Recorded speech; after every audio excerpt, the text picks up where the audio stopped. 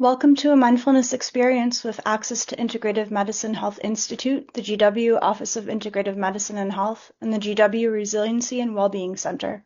AIM is the first 501c3 nonprofit in the Washington, D.C. metro area to provide integrative medicine services to patients who face financial barriers to care or terminal illness, regardless of their ability to pay.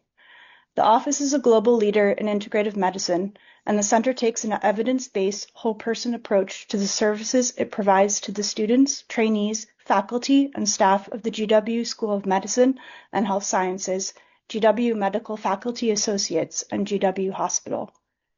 Today we have with us Antoinette Kranenburg, a certified Alexander Technique teacher who helps adults address chronic pain, prevent and recover from injury, and enjoy active aging. Antoinette describes Alexander Technique as mindfulness in action.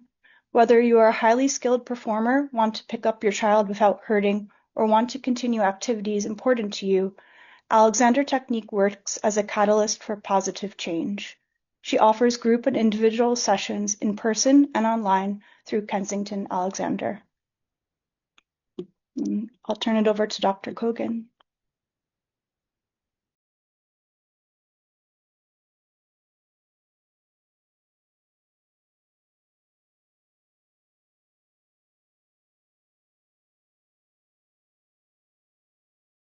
Okay, well, hi everybody. Welcome to Happy Friday.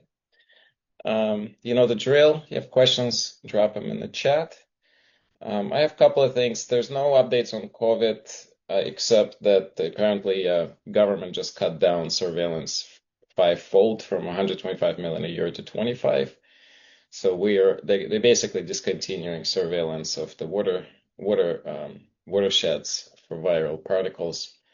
So we're not going to have really good statistics come starting in the fall. Is it a big problem? It's a huge problem because the same surveillance system was used for all other viruses. So if Ebola ends up in here, then that'll be the same surveillance and we will not have it. So what that will mean, it's kind of hard to say in the long run. But if we get hit with any epidemic, or if the COVID in the fall gets worse again, then we won't have any accuracy in predicting the changes in the frequency of infection. So Ebola is actually doing better, which is really good. So there's less cases, not more. That's a good news. So I don't know if that'll mean that by the August the issue will self-resolve or not. We will see. Lastly, quick topic for today. I'm going to put this link in the chat for everybody. So this is something that, of course, those of us who see patients and do a lot of functional integrative medicine know quite well. Levels of B12 and folate need to be much higher than standard levels. So like if you have a level of B12 that's considered normal, it could be highly abnormal because the normal rates or normal brackets are useless since they only look at the formal deficiency, but there's a lot of symptoms that suboptimal levels of B12 and folate will cause. So this is a particular study linking it to fatigue and suggests, correctly so, to use homocysteine as a main measure of B12 and folate levels, not the levels of B12 and folate because they're actually kind of useless. So, in fact, you could have a very, very high level of B12 in the blood and it wouldn't mean anything because that simply would mean that you have a high level in B12 in the blood. It doesn't mean that that B12 ends up in your cells. That's a really important concept. It's very misunderstood. So, homocysteine needs to be an annual test for every single person unless you just had several homocysteine levels being completely normal. And normal to me is under 10, ideally under 9. So that would be an optimal level. So our current president is very sick, fatigued because he has B12 and folate deficiency. And they published this, and I even posted a Facebook post about it. His homocysteine is 15, which is grossly terrible. And they're saying that all his blood work is normal. His blood work is highly abnormal. And they just don't understand what they're talking about. So hopefully somebody will address this because obviously, you know, he's probably falling asleep in the middle of sentences because he's deficient. That's that simple.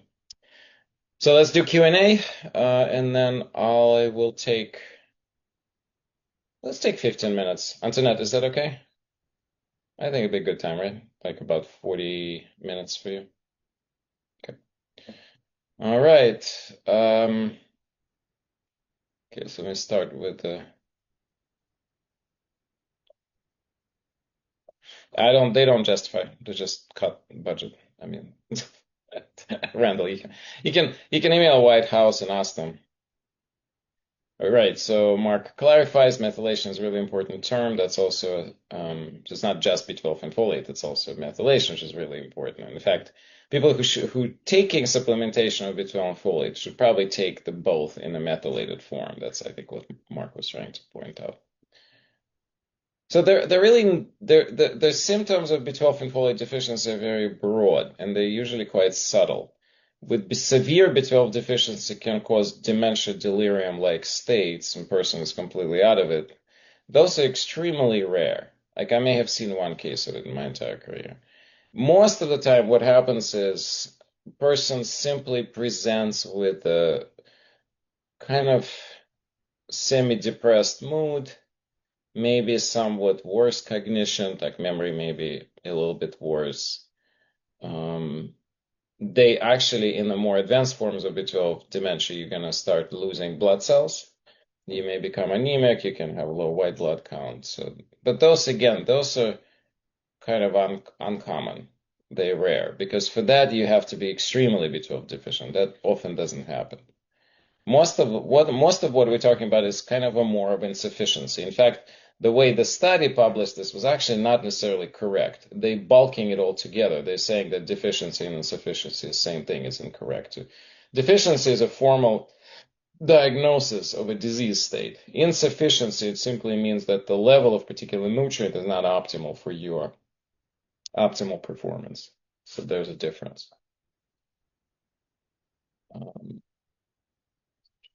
Okay, the name is at that link also, but here's the name of the test called homocysteine. It must be done fasting. Typically, it's covered by insurances, but a lot of doctors don't know how to appropriately code for it. There has a very specific codes which Medicare and other insurances will accept. Most of the codes will not be accepted for this test. So MTHFR mutation does not impact B12 or folate levels. What it impacts is a conversions. So it impacts the conversion of a folate to the active form. So if you have MTHFR mutation, you absolutely cannot take any folic acid because it's direct poison to you. You have to take only activated form of folate, what's called methylfolate, tetrahydromethylfolate, etc. There's a whole slew of activated forms of folate. Even folinic acid would be better, or some kind of a folinate from food. So the food source, remember, folic acid is a synthetic molecule, doesn't exist in nature, man-made, has to take, many, many, many hours before it becomes an active molecule in our system. If you don't have MTHFR mutations, probably not a big deal. You'll convert it eventually. The problem with unconverted folic acid, there's a clear data on increased heart disease, strokes, and cancers of all kinds. So that's why nobody should be consuming folic acid. In fact, very high quality nutraceutical companies have stopped producing folic acid, period. They only produce methylfolate at this point.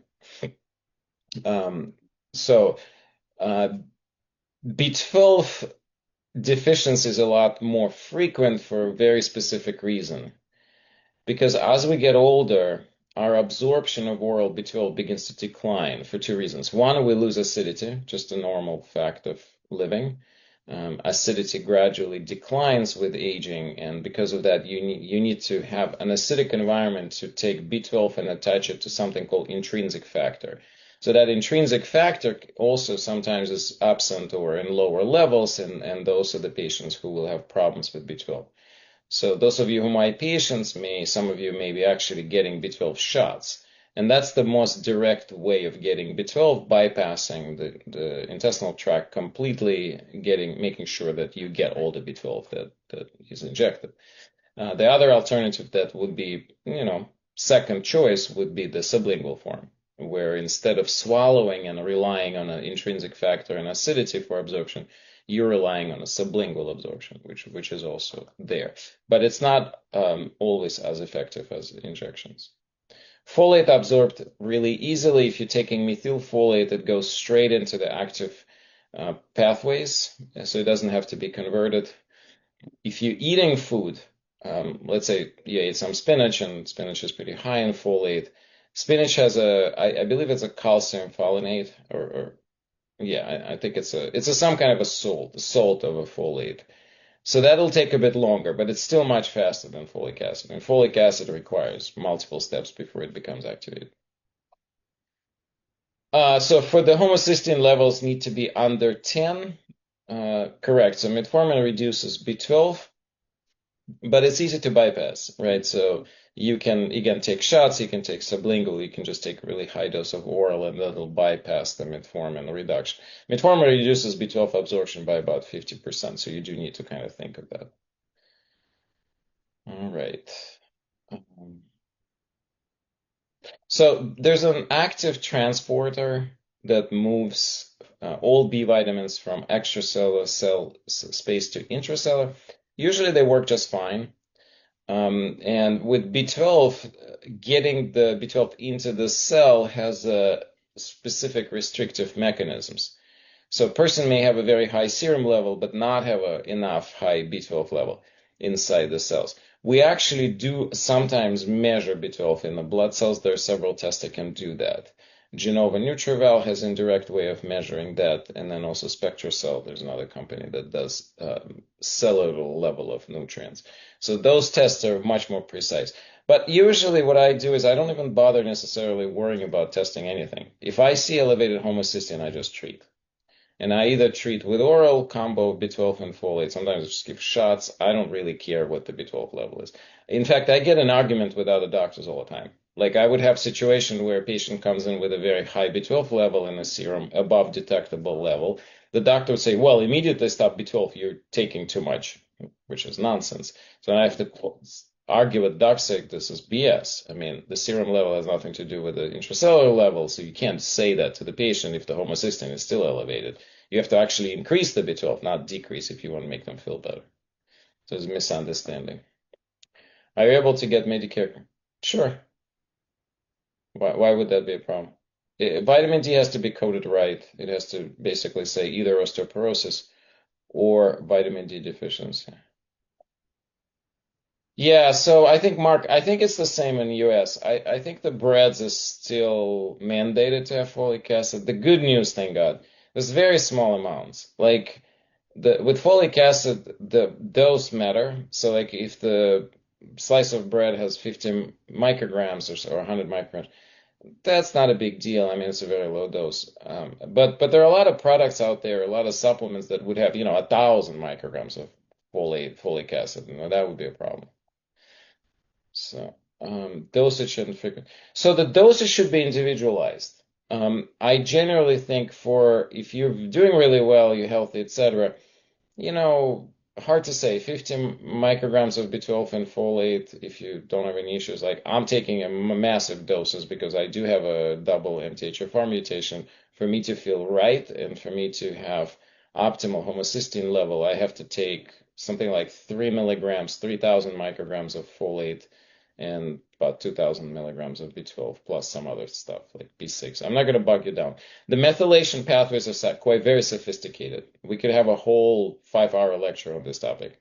So I'm not going to, at some point I may come back to that. But all I'll tell you is you don't necessarily need to worry about it because most of the products that are now used for optimization of methylation will have other things like TMG betaine, B6, riboflavin. So those are all cofactors that help methylation. Right, that's a very good point. So there are signs on how to pick up certain things, like the vertical lines and grooves on the nails are often suggestive of low acidity, and that can be also further increasing risk of B12 and folate deficiency, particularly B12. What should be, homocysteine should be under 10. Thanks, Mark. And acetylcholine. Useful for that? Not really. I mean, I think yes, in a way. Actually, you're correct. So homocysteine will go up in any case of toxicity. So if you're toxic and you're exposed to something and the methylation is like your methyl groups are consumed, the homocysteine will trickle up. And acetylcysteine helps with detoxification, so it could be somewhat useful. But it's not a first product to lower homocysteine. It's indirect. It's only in the cases if you're toxic. Let's see.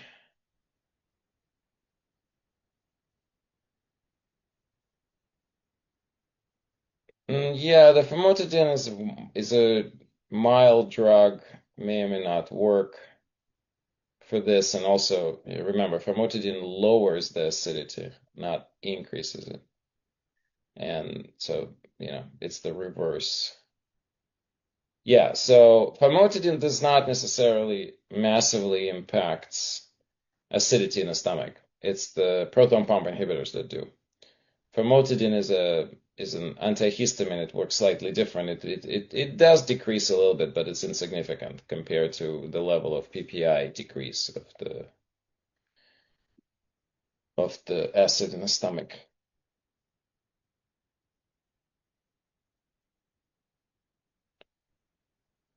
Okay.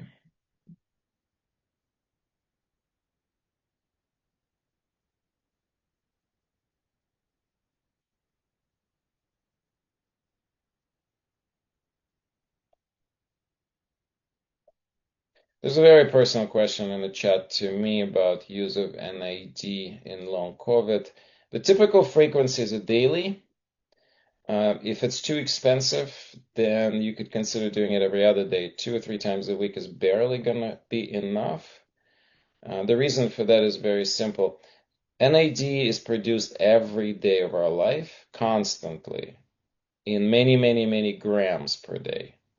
So if you're taking 50 milligrams once a week, it's just, I don't know. We have an expression in Russian, peeing in a bucket. It's not it's very, very little. I wouldn't expect any substantial long-term benefit. So you have to do it a lot more frequent. Or you can take NMN, which is the study I reviewed on my YouTube channel, on our YouTube channel. You can go there and check it out. I reviewed the study on very high dose of oral NMN for long COVID clearly being substantially beneficial. It just ends up being really expensive. Believe it or not, weirdly, injectable NAD ends up being cheaper than taking the 2 grams of NMN once a day. It's like more than $300 a month because the drugs, this is expensive supplement. All right, Rona, let's unmute you so you can ask a question.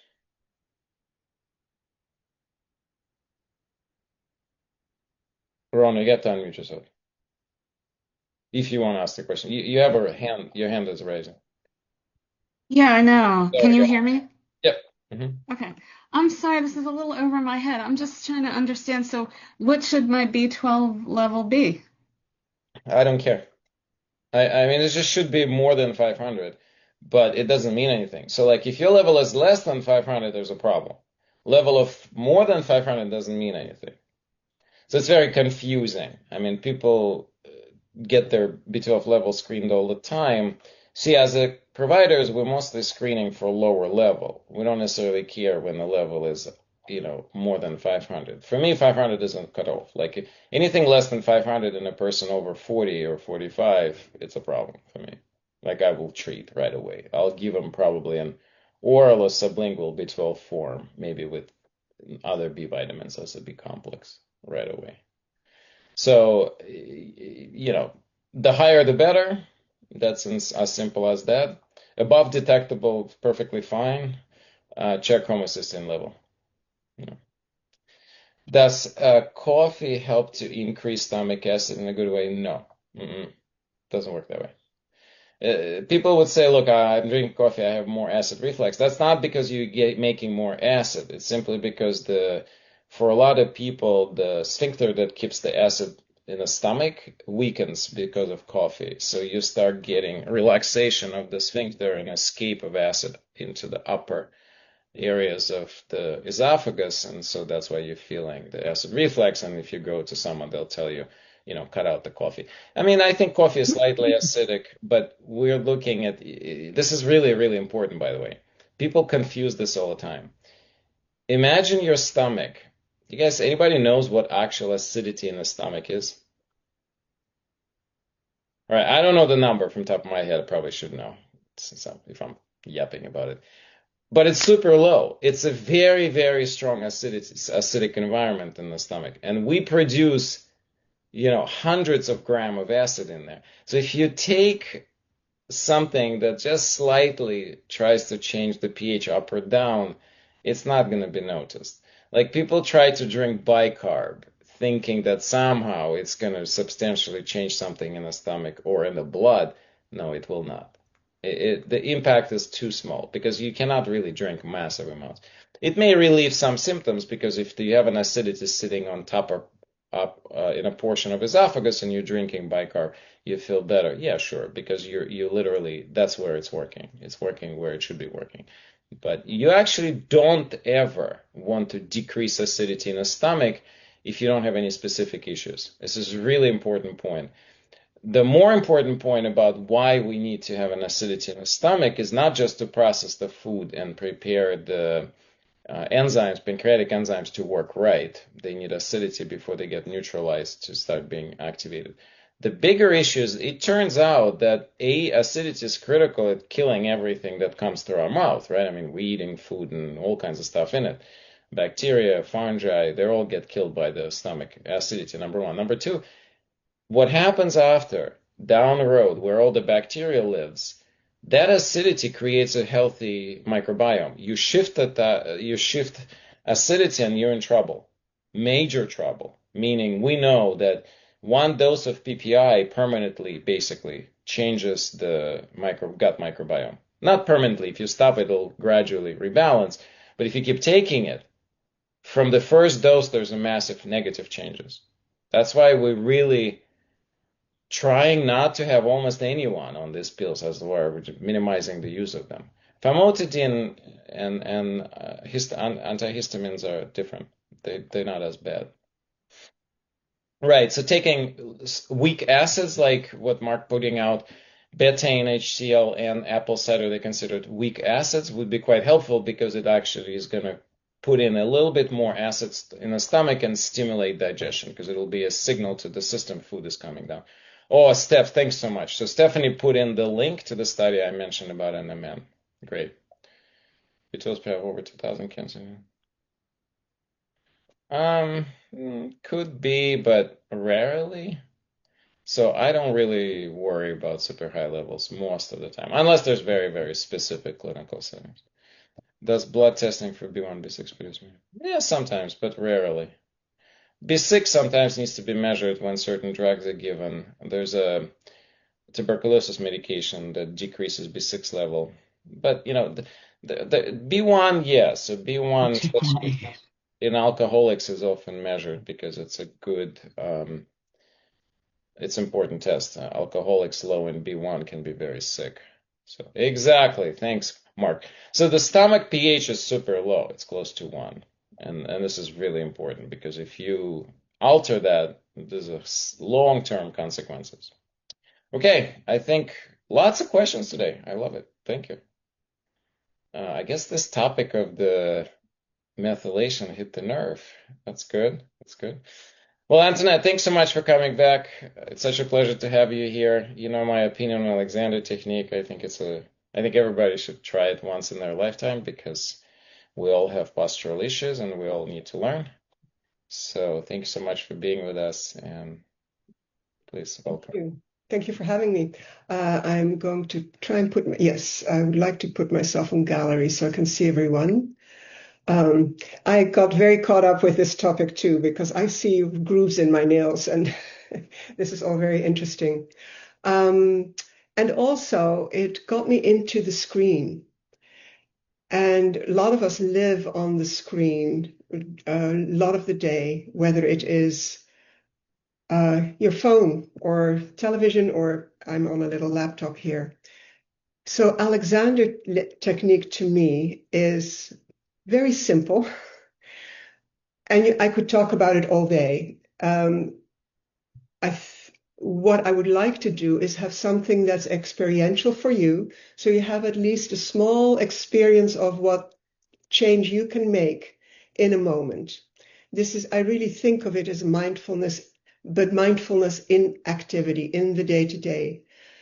As I'm speaking, I could be speaking to you like this, which I am known to do. I get into things, and that changes a lot in me. It changes my nervous activity. It changes my physical tension. It changes my attitude. It changes a lot of things, including my posture. So I think, though Alexander is known for posture, how we go about freeing ourselves from our habits that give us a lot of interference, that is what Alexander technique deals with. I think of it as decluttering. I would like to encourage you to put on your cameras, because to make it interactive, I need to see you. I see my good friends Alexander Russell, who presented on the Adapted Tango program, which to me I volunteer with. And all of that comes together in Alexander. I think of it as a catalyst. So who of you has had some experience with Alexander yourself? I know Dr. Kogan has. So what I would like for it to encourage, oh, great, Lisa, thank you for responding. I'm not very good with chat monitoring, so I hope if somebody has a question, you raise your hand or something that I know to look at the chat. So what I'm noticing for myself right now, having the camera suddenly turned on me, is me speeding up. So what can I do about that? Well, I'm noticing it. And I notice also that I have for a while, I narrowed my interest and to the screen and what was being said, all the ideas it stimulated, all the things I didn't quite understand. My mind got really busy, and I lost my interactivity, my availability to all that's coming to me from my surroundings, as well as from the screen. So those of you who are working on the screen, which I think a lot of us are, that's a very common thing we do. Alexander helps me, and I use it for that, to have a global availability to whatever is happening, and that is counter to what we are instructed to do by many, in our culture especially. It's to focus, to concentrate, to not be distracted. Well, the world is actually here all around me. I hear the fan above my head, the light coming in through the window screen, because I'm trying to keep the heat out. What do you notice? Your contact with the surface you're sitting on, for sure. The contact between your feet or the bottoms of your shoes or socks. The quality of the air moving around you. The heat of the day.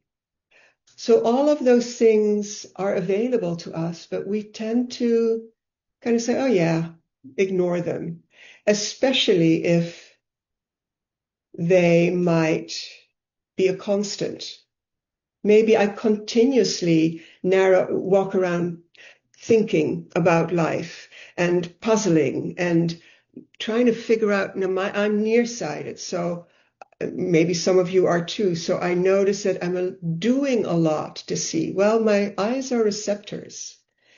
Now, I know about pinpoint cameras, so closing my eyelids a little bit might make that, but this is a lot that I'm doing to myself that gives me an illusion of, oh, now I can see better. But it also really interferes with something that works very well if I leave myself alone. So any questions so far? Does any of this make sense to you? Questions work really well for me because then I can respond to what you're interested in. So Stephanie, may I I noticed something about you. Will it be okay for me to mention that? Of course. And maybe some of you who are not on camera did the same thing. When I asked you to notice the world around you, what you're touching, the air, Stephanie, you close your eyes. Mm-hmm. And my guess is, and you can correct me if I'm wrong, is that you're kind of looking inside. And a lot of us do that. When I was teaching at Peabody Conservatory, I had a number of conductors as students, and they all practiced mindfulness. And there was something a little different about them that I thought, what is going on? And they were kind of going like this. So their mindfulness practice included reducing their liveliness. And what we want is to have vitality in life, right? Be lively. Now, also, when I ask somebody to notice maybe the texture of my pants on my leg, I could go like this, but that sensation is there. So I'd be interested to see what would happen if we take a look around our room, which may include sound and temperature, maybe some clutter. For me, the fan is moving. And as we do that, we let the room just be what it is. For me, I have a lovely view outside. My neighbor is backing into her parking space carefully with the door open. What is happening? What is where you are? What is real? The fern is in my corner of my room. The leaves are being moved by the fan. That is all real. This is the table that I'm making. I'm slamming on it, so my screen is moving. So, can you see the difference between me doing this or me letting myself be like this? Do you notice the difference? Or now I'm thinking about how can I make this clear? Did you notice what I did? What did you see? I'm letting it go now. I've practiced this over years. I started in my 20s, and my mission is to have people be aware of this skill, which is something we need to.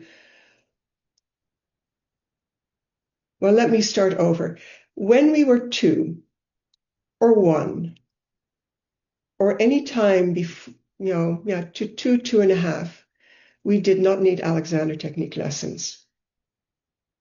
We didn't split ourselves into parts. We didn't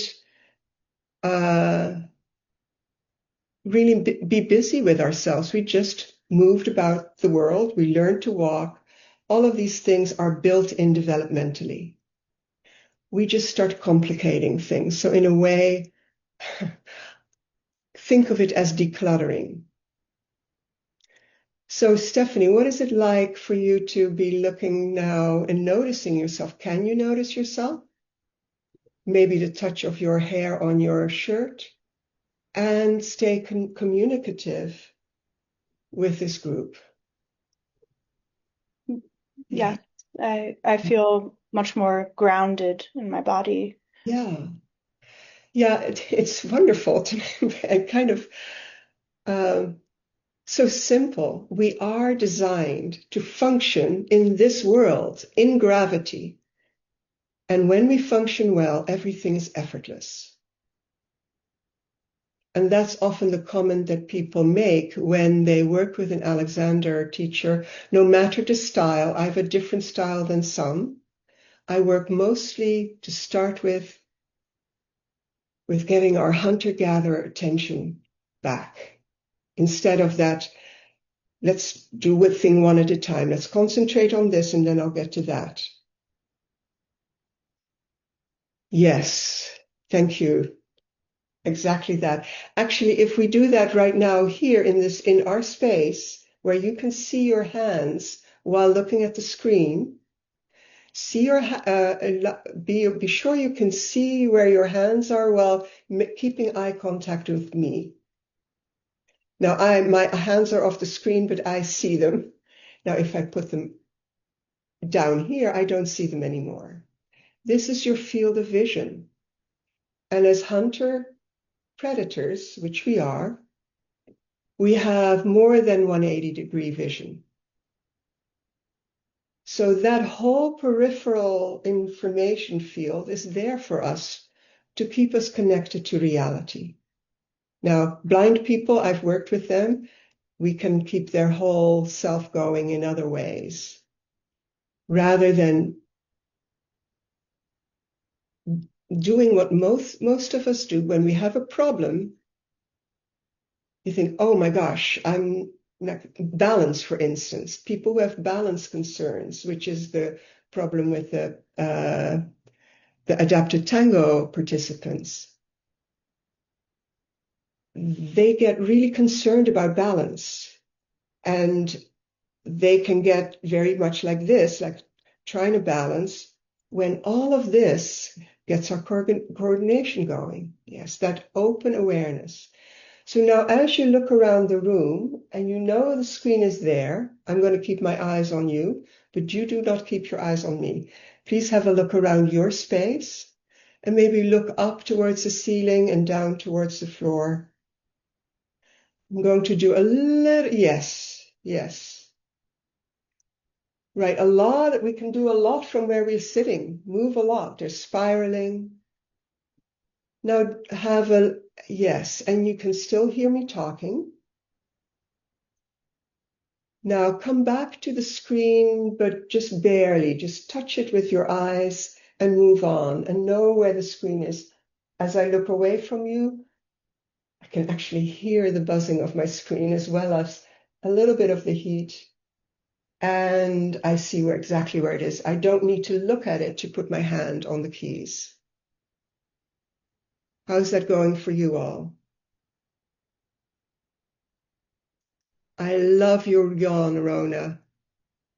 Alexander teaches love yawns. It means that something is releasing. And I don't know why we are supposed to suppress them. If you're a voice teacher, you love it too.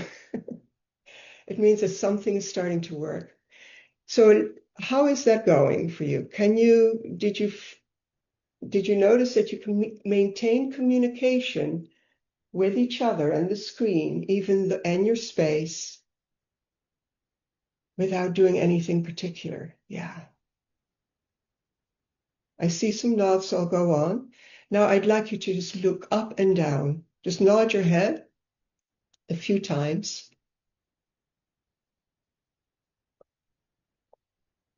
So what I want to ask you is, where is that movement initiating? You can, if you don't have your voice on, you can just point to it with your fingers. Where in between your head and body is that movement initiating today? Okay. Yeah. All right. So I see something that's common. So most of us, what I see is you put your hands to your back. I'm going to ask you to put your fingers to your ears, just gently, and so you can rest your arms, and you're actually pointing to the location of that joint between the bottom of your head, the bottom of your skull, and the top vertebra, your atlas, the atlanto-occipital joint. Stephanie, I'm going to pick on you again, if you don't mind. What I noticed is you moved your head and you close your eyes to feel it. Just know it. The things we feel physically, that draw attention to themselves are often problems. You don't need to feel, but just notice that, oh, it's there. So what if I moved my whole head, the whole globe of my head, as my interest goes around the room? Maybe your ears hear something.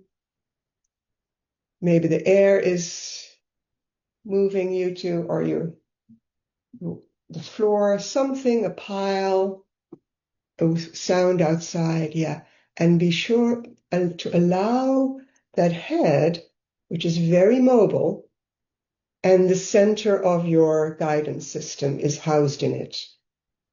Most of your senses, a lot of the senses we are aware of, find their home in our heads. Ears, nose, taste.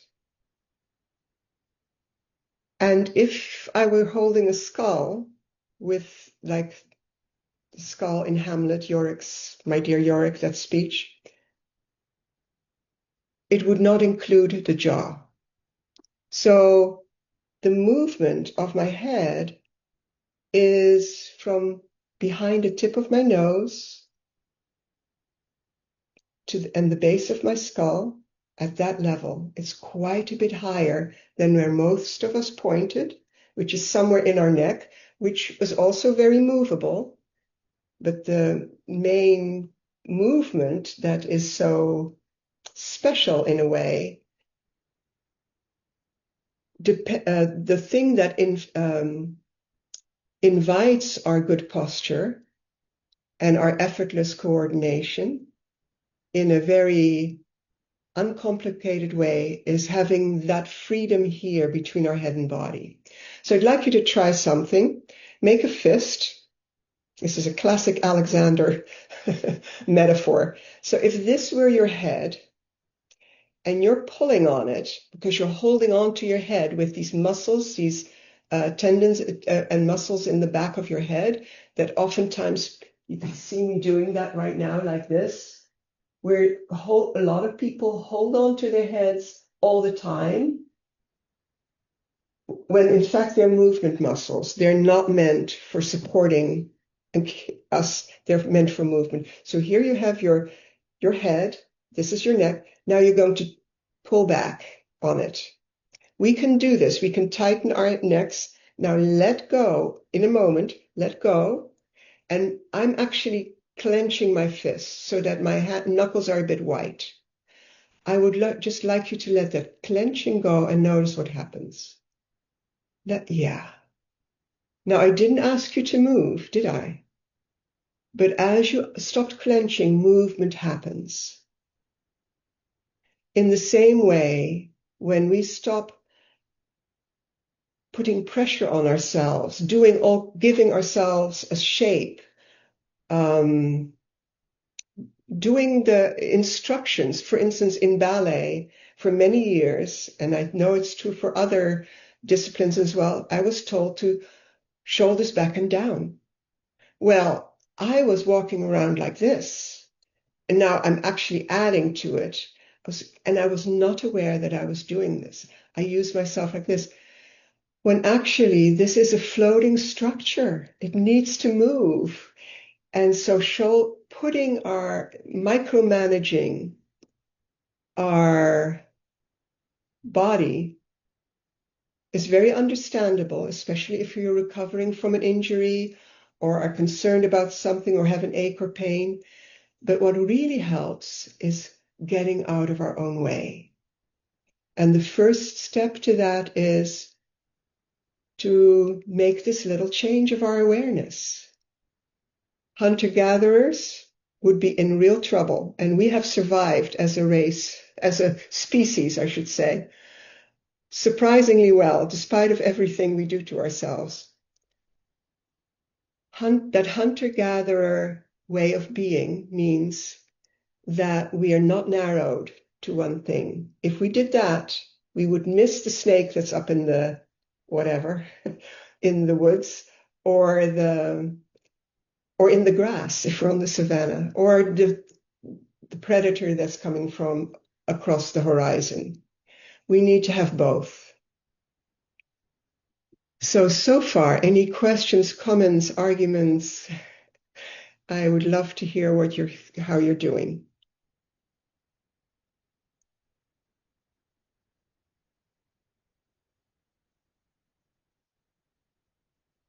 So, Antoinette, yes. there's a question in the chat for you. Oh, thank you. Alexandra. It doesn't occur to me to look there. Because normally when I work on screen, I have everybody on camera and they unmute and they talk to me directly, or we just see each other. So I do teach online quite a bit, and I do groups online and in person. So the question is, how does Alexander technique improve my good, excellent question. When I came to my first Alexander technique lesson, I was doing my best ballet posture because that's what was good posture for me. Now, I don't know how this very well-known teacher who was just starting at the time, Michael Gelb, I don't know how he came through to me, but just a little bit of reducing that tension, which I'm doing right now, is changing me. Now, what are the alternatives that we usually are told? We come in a slump. What would you tell me? Sit up tall, sit up straight, put your shoulders back. There are a number of things that we're told to do. Now, when you are here, it's not just my body is changing, something else is changing as well. And people who live down here are often in a bubble of their own making. Now, little 2-year-olds, 3-year-olds, 4-year-olds even, they don't do this yet. When they get there, they let their interest in the world guide them, which I'm not acting this. I'm coming back to a more complete awareness. Now, if I am playing a new phrase on an instrument or thinking about something I'm going to say, does it help for me to do this? Does this help my brain think, now, how am I going to get this across? What it does, it shows you that I'm really working hard. But if I don't do that, I'm still communicating. And wouldn't you say my posture has changed for the better? And not one smidgen of what I'm doing is about posture, about actively changing my posture. So in Alexander's, as you work with an Alexander teacher, you learn to become aware of the moment when you go from more compression and over-involvement to less compression and involvement. People have different ways of teaching it.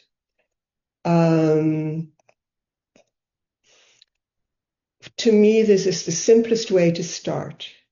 So when I work with the music, and I find that people, I'm interrupting myself now, I find that people in a very first lesson can learn this choice to remember to do it. That takes practice. It's like playing your own instrument rather than if you were playing the cello, you know it was going to take practice. But if you are somebody who works online a lot, you would need to really be determined, probably set time aside where you just care about how are you responding to the screen. Can you still hear the bird I'm hearing outside without getting narrowed to one thing?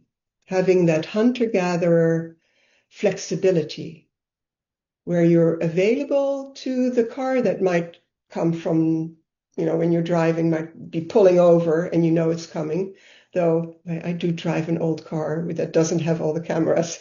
So but still, I hope if I had all the bells and whistles of modern-day cars, I would still want a car with a big screen because I would like to trust my own senses and see what's coming up from behind and who's in front. And at times I've needed that.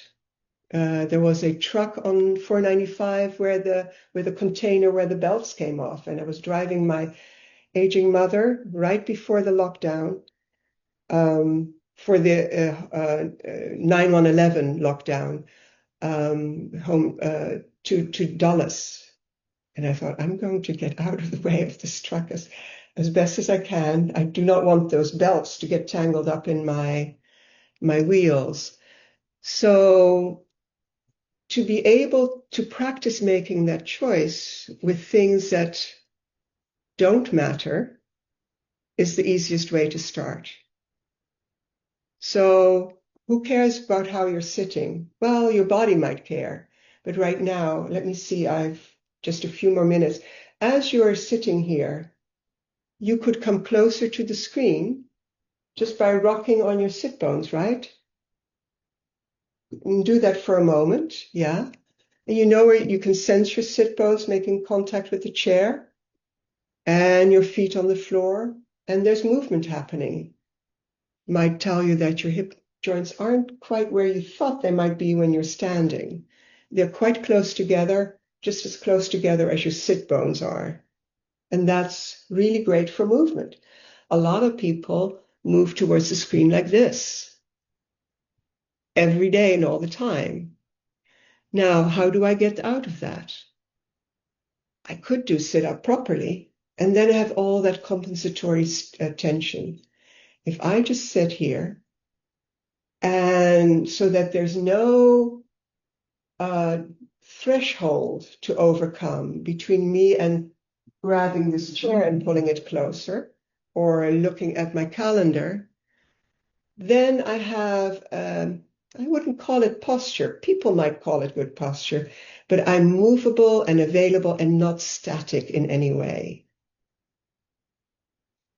So a lot of people associate Alexander with posture. Some Alexander teachers, include me, I kind of avoid that word a bit, because when people think posture, they think shape and something that's tends to be a little bit more self-imposed correction, rather letting our system do with ourselves what it does.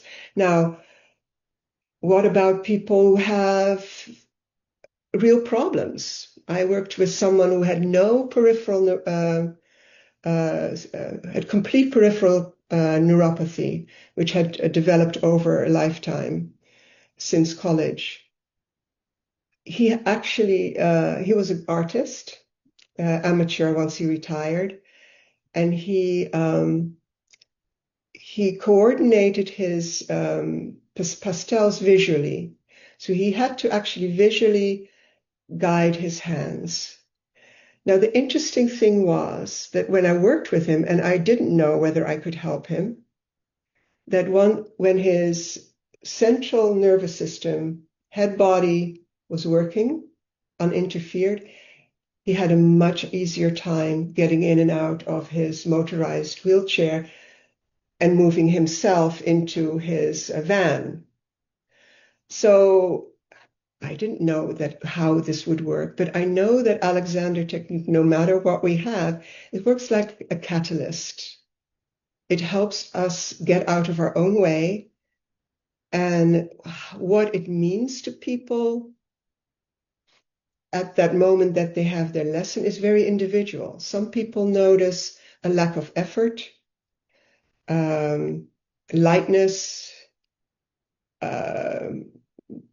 that it's uncomfortable maybe because it's so different and it can't possibly work. Now I'm putting this on, right? It's his choice, but I have a choice, and I don't always have good posture or freedom to move. I interfere with myself. But to have this option early on in life, especially, and keep it going, makes all the difference. Right now, I'm working with, two people. One who I started working with her before a hip replacement, and she was in great pain. And pain, unfortunately, is a great motivator. I wish people would come to me before they are in trouble. That's so painful. And now she just had her hip replacement. And she already, after a few lessons, I know that she can make this choice for herself. Now, do I know that she will do it? Because when we're in pain, we kind of hold on to thin air sometimes. When we lose our balance, we try to hold on to thin air. That's not possible. I hope I'm not rattling on. What I'm trying to say is that it is a simple choice. The experience is very individual. Some people care about their performance anxiety, for instance. I'm not someone who loves to be center of attention, but if I have a reason to be, I can deal with it, and I enjoy it. I have a friend who's a major worry ward. Worrying is, Alexander would say, is the most difficult habit to undo. But it can be done, and maybe I should stop soon. I want to put something in the chat about my website. I'm doing an in-person class, and let me tell you how I work. Oh, wait a minute. Did I lose it? I did. I had it copied and maybe I'm doing it wrong. Okay. Well, I don't know how to do that. On my website under group classes, it's alexandertechnique.com/groups is the information about an in-person small group I'm starting in Kensington at my house in July. I know Alex can't come because she'll be traveling to France, and a lot of you may be. It's a 6-week class, but some of us are going to be here for the summer, including me. So yes, two things. On one hand, you immediately can, in an Alexander Technique lesson, you will experience a change. Some of you might have experienced it as you looked around. To learn to make that change reliably for yourself takes some repetition because you're working with something that is very early became a habit, early in life. So it's well rehearsed and well practiced. So to overcome that takes practice.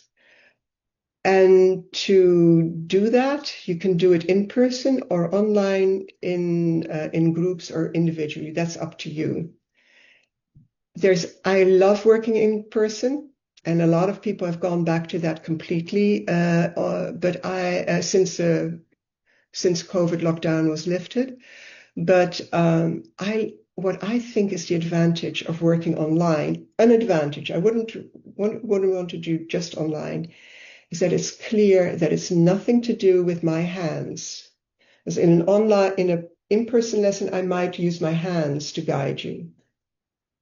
If you make a change here, it's clear that you made the change, and it's a change of your awareness and attention, how you use your brain as a whole, not just your thinking brain, but also your sensing, processing brain. And a lot of those things that are below our consciousness are affected by, and for the better, by how we use our conscious self. So let me stop with that. If you prefer, I do always make available, I do a 15-minute free sample intake session. So and people don't take me up on it, but I would love for you to do that if you haven't done that before. So thank you so much for this opportunity. Thank you, Misha.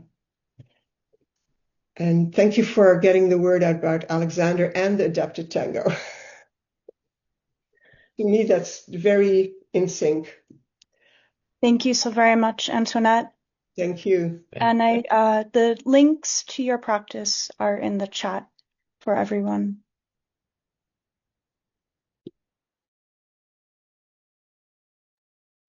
So just for everybody, I will be absent next Friday. I got invited to congressional hearing on integrative medicine at the mall. It's a whole day event, so unfortunately, I don't think I'll be able to sneak out. If I can, I'll try, but I don't even know if they're gonna allow me to connect from there. It's inside one of the federal buildings, so I'm not exactly sure what's gonna be. Also, as Antoinette was presenting the news of me being selected for advising government on the cannabis reform was announced, so I'll just give this link here. So kind of big deal. I'm not looking for extra part-time job, but what are you gonna do? So I hope it's just gonna be a episodic consultations and like periodic meetings rather than ongoing substantial amount of work. I know they're not paying for it. Yeah. So yeah. All right, everybody. So I'll see you all in 2 weeks. Steps, thanks so much for posting what we got next week going. As you can see, we will have Geoff Masters, one of my patients who's a advanced Buddhist practitioner, and he actually traveled to meet with Dalai Lama. So don't miss this. He's going to talk about his firsthand experience with Dalai Lama. It's going to be fascinating. So I don't know what we're going to do. If I can find someone to help out to substitute in terms of medical stuff, we will. Otherwise, we'll just have Geoff present his experience. Meantime,